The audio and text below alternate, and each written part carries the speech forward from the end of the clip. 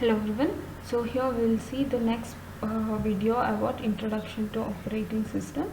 So here mainly we will see about storage management, how your system is how the data is stored, how it is maintained, and based on which architecture it is accessed and shared. So in storage management, we all know there is a concept called file, where your data, like whatever you save in the system, will be saved on a file. But for the user convenient, a file is created, but file is a logical view of information. So file, like whatever data you have stored, it will be in file and it can be organized in the directory. But physically, the data what you have saved will be stored on secondary storage devices as a bits and bytes.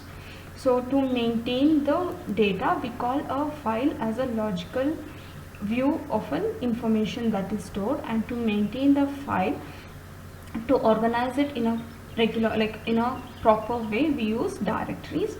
And operating system activities to maintain file, it includes like creating and deleting a file and a directory. Then preemptives to manipulate, like the permissions which is given to manipulate the files and directories.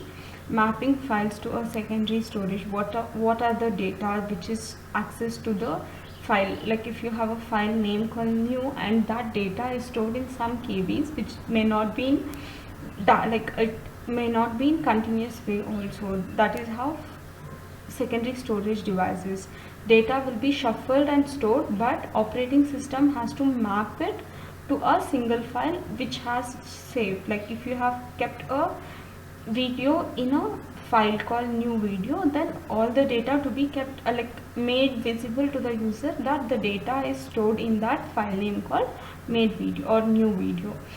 So mapping of files onto the secondary storage device based on the file name is one of the activity of operating system. Backup of a files from non-volatile storage media, that is also an activity of operating system. So next one is mass storage management.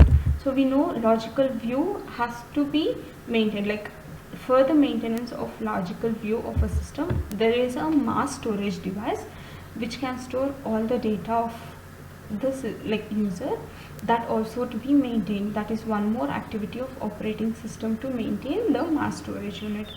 So what you save in the mass storage devices, like we all know main memory or random access memory is not a permanent storage device. Whenever there is a cutoff in power, the data in main memory will be deleted.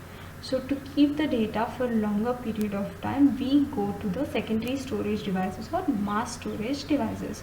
So proper management of those mass storage devices is also an activity of operating system. So activities of operating system and our mass storage management includes free space management. Like if you take a hard disk, operating system is responsible to map what and all the free space available to store the next data.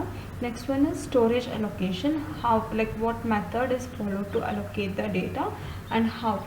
Next one is disk scheduling. If you have magnetic disk, then scheduling of disk is also important based on the disk, like free space in the disk and the type of data you are saving and the amount of data you are saving.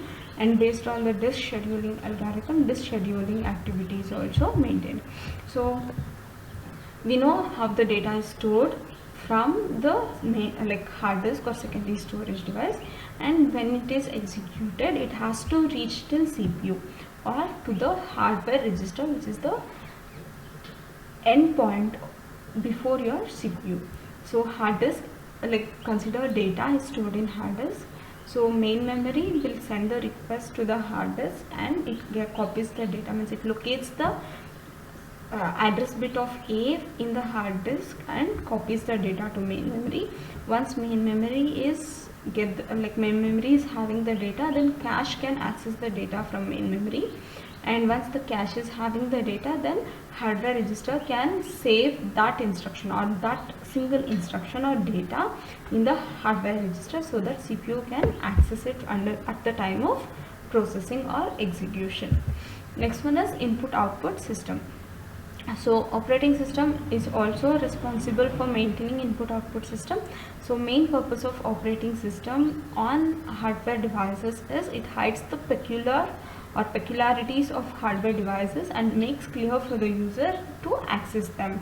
So input output subsystem responsible for memory management and input output, including buffering, means buffers are the shortest and like a shortest storage devices, and which is not permanent, which is like short-term memory devices, so that in whatever the input data which is entered or whatever the data to be printed or to be displayed, this buffer will save it until the functionality completes.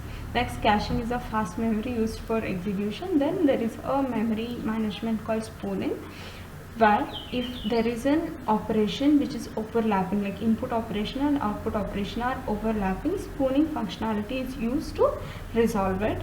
And general device driver interface is also responsible of input output subsystem, and drives for the specific hardware device is also maintained by operating system called device drivers. Next one is computing environments. So in computing environments we have many categories. First one is distributed computing. So distributed computing is a collection of all the types of system. It's not like one type of system, it's collection of all the types of system. It may be server, it may be clients, printer, database. All the types of systems are collected and computed. We call it as distributed computing. To support that, there is a network operating system provided, and this communication happens through TCP/IP in most common, that is your transfer control protocol or internet protocol methods. So networks can be maintained, like networks is connected like a LAN, WAN, MAN or PAN, like local area networks, wide area networks, and so on.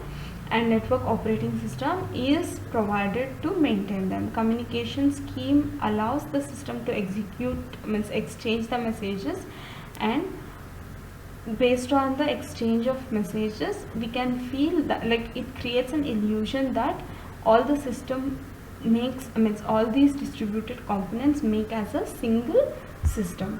Next method is client server system. So we all have an idea about client server system. A network will connect many clients to one server. So servers may be like a file server or Google server, anything. So all the clients will be connected through the network to the server. This is one method, like one computing environment. Whatever the instructions or the requests given by the clients will be processed in the server based on the help of networking. Data is like request is sent from the client to the server based on networking, and data from server is given back to the clients based on networking. Next one is peer-to-peer communication.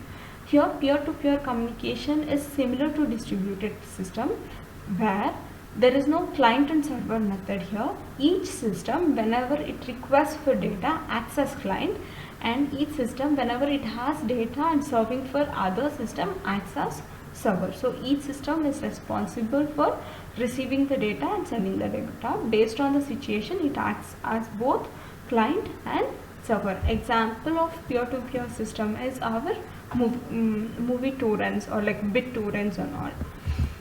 Next one is computer environment as virtualization. So virtualization mechanism where there is a operating system or a kernel, and on a one kernel many operating systems can run as a guest. Best example for this is VMware. So here, look here. First one is a single system where hardware kernel is present and each process will execute on single. But if you introduce virtual mechanism manager, then in here virtual machines will be installed on a virtual machine manager, and each virtual machine will have one kernel, and each kernel is executed as a guest on a virtual machine manager, on which this virtual machine manager will be executed on one kernel.